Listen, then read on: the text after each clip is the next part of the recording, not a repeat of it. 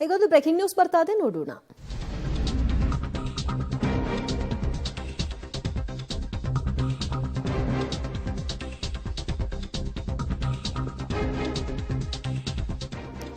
ಪತ್ನಿಯ ನಡತೆಯನ್ನ ಶಂಕಿಸಿ ಪತ್ನಿಯ ತಲೆ ಬೋಳಿಸಿರುವಂತಹ ಒಂದು ವಿಕೃತ ಘಟನೆ ಬಾಗಲಕೋಟೆ ಜಿಲ್ಲೆಯ ಜಮಖಂಡಿಯ ತೊದಲಬಾಗಿಯಲ್ಲಿ ನಡೆದಿರುವಂತಹ ಘಟನೆ. ಪತ್ನಿ ಲಕ್ಷ್ಮೀಬಾಯಿ ತಲೆಯನ್ನ ಬೋಳಿಸಿದಂತಹ ಪಾಪಿ ಉಮೇಶ್ನನ್ನ ಪೊಲೀಸರು ಬಂಧನಕ್ಕೆ ಒಳಪಡಿಸಿದ್ದಾರೆ.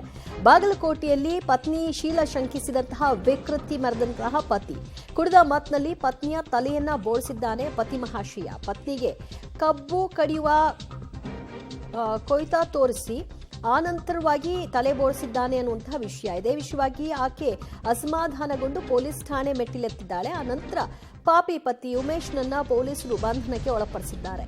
ಎಂತೆಂಥ ಆಲೋಚನೆಯಲ್ಲಿ ಜನ ಇರ್ತಾರೆ ಅಂತ. ಸೊ ಒಂದು ಅನುಮಾನ ಅಷ್ಟೇನಾ ಅಥವಾ ಆ ರೀತಿಯಾದಂತಹ ಒಂದು ಬೆಳವಣಿಗೆಗಳೇನಾದರೂ ಆಗಿತ್ತಾ? ಅಸಮಾಧಾನ ಇತ್ತು ಅಂದರೆ ಅದನ್ನು ಯಾವ ರೀತಿ ಫೇಸ್ ಮಾಡಬೇಕು ಆ ರೀತಿ ಫೇಸ್ ಮಾಡಬೇಕು. ಈ ರೀತಿಯಾಗಿ ವಿಕೃತಿ ಮೆರೆಯೋದು, ಈಗ ಮತ್ತೆ ಠಾಣೆಗೆ ಹೋಗಿದ್ದು, ಜೈಲ್ ಕಂಬಿ ಎಣಿಸೋದು, ಈ ಪರಿಸ್ಥಿತಿ ಬರುತ್ತೆ ಅನ್ನೋದು ಅಂದಾಜಿಸಿಯೂ ಕೂಡ ಈ ರೀತಿಯಾದಂತಹ ವಿಕೃತಿಯನ್ನು ಮೆರೀತಾರೆ ಅಂದರೆ ಏನು ಹೇಳಬೇಕಿದಕ್ಕೆ? ಪತ್ನಿಯ ಶೀಲ ಶಂಕೆಯ ಹಿನ್ನೆಲೆಯಲ್ಲಿ ನಡೆದಿರುವಂತಹ ಒಂದು ಘಟನಾವಳಿ. ಅದು ಕುಡ್ಕೊಂಡು ಬಂದಿದ್ದಾನೆ, ಗಲಾಟೆ ಮಾಡಿದ್ದಾನೆ, ಹೆದರಿಸಿ ಬೆದರಿಸಿ ತಲೆ ಬೋಳಿಸಿದ್ದಾನೆ. ಅಸಮಾಧಾನಗೊಂಡಂತಹ ಪತ್ನಿ ಉಮೇಶ್ನ ವಿರುದ್ಧ ದೂರನ್ನು ದಾಖಲು ಮಾಡಿದರು. ಕೊನೆಗೆ ಆತನನ್ನು ಬಂಧನಕ್ಕೆ ಒಳಪಡಿಸಿದ್ದಾರೆ.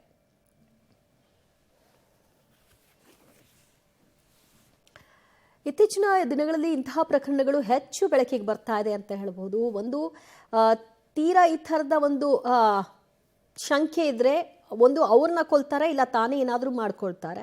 ಇಲ್ಲಿ ನೋಡಿದ್ರೆ ಇನ್ನೊಂದು ಹಂತದಲ್ಲಿ ಈ ವ್ಯಕ್ತಿ ಆಲೋಚನೆ ಮಾಡಿದ್ದಾನೆ. ಆಕೆ ಎಲ್ಲೂ ಹೊರಗಡೆ ಓಡಾಡಬಾರ್ದು, ತಲೆ ಎತ್ತಿ ಓಡಾಡಬಾರ್ದು, ಮುಜುಗರಕ್ಕೆ ಒಳಗಾಗಬೇಕು ಅನ್ನೋದು ಆತನ ಮುಖ್ಯ ಉದ್ದೇಶ. ಹಾಗಾಗಿ ಆಕೆಯ ತಲೆಯನ್ನು ಬೋಳಿಸಿದ್ದಾನೆ. ಇವತ್ತು ತಲೆ ಬೋಳಿಸಿದ್ದಾನೆ, ನಾಳೆ ಇನ್ನೇನು ಮಾಡ್ತಾನೋ ಅನ್ನೋದು ಆಕೆಯ ಅನುಮಾನಕ್ಕೆ ಕಾರಣವಾಗಿದೆ. ಹಾಗಾಗಿ ಸಹಜವಾಗಿ ಪತಿಯ ವಿರುದ್ಧ ದೂರು ಕೊಟ್ಟಿದ್ದಾರೆ.